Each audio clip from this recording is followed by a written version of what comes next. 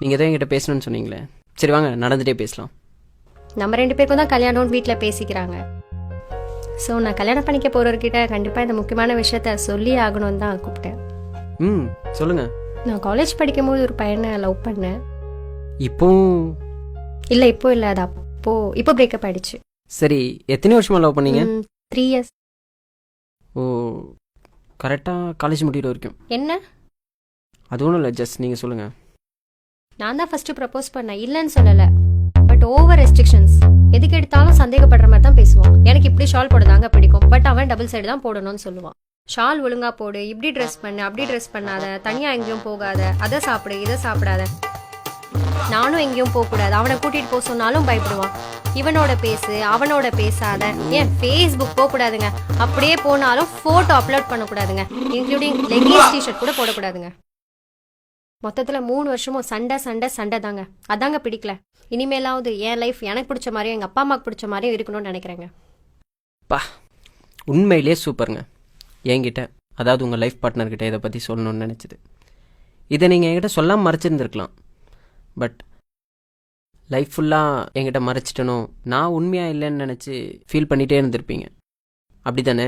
இதை சொல்லிட்டா மட்டும் நம்ம ஃப்யூச்சரில் சந்தோஷமாக இருந்துட முடியுமா?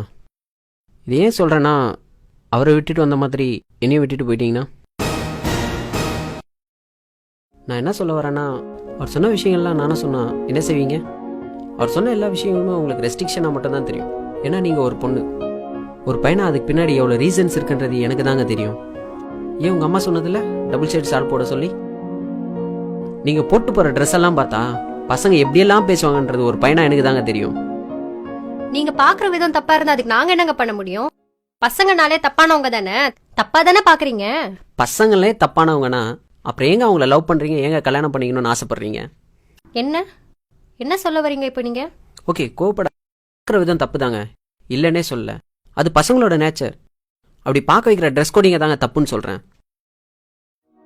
கண்டிப்பாக நீங்கள் டிஷர்ட்டோ லெகின்ஸோ போட்டு போனீங்கன்னா பார்க்குறவங்கலாம் நல்ல ஃபிகர்னு தாங்க சொல்லுவாங்க. ஏன், நான் கூட சொல்லுவேன். பட் நல்ல பொண்ணுன்னு யாராவது சொல்லுவாங்களா? பொண்ணுங்களுக்குன்னு ஒரு ரெஸ்பெக்ட் இருக்குங்க, அதை நீங்கள் புரிஞ்சிக்கவே மாட்டேங்கிறீங்க. இப்போ கூட அவரை பிடிக்கலன்னு என்கிட்ட எதுவுமே நீங்கள் சொல்லலை. அவர் சொன்ன அட்வைஸை தான் நீங்கள் பிடிக்கலன்னு சொல்கிறீங்க. ஆர்கியூ பண்ணால் போய்கிட்டே தாங்க இருக்கும். லாஸ்ட்டாக ஒன்று மட்டும் சொல்லிக்கிறேன். அவனுக்காக நான் ஏன் பண்ணணும்னு நினைக்கிறத விட அவனுக்காக நான் பண்ணாமல் வேறு யார் பண்ணுவாங்கன்னு நினச்சி பாருங்கள். லவ் உண்மையிலே சூப்பராக இருக்குங்க. எல்லாமே சொல்லியாச்சுன்னு நினைக்கிறேன். நீங்கள் கிளம்புங்க. பாய்.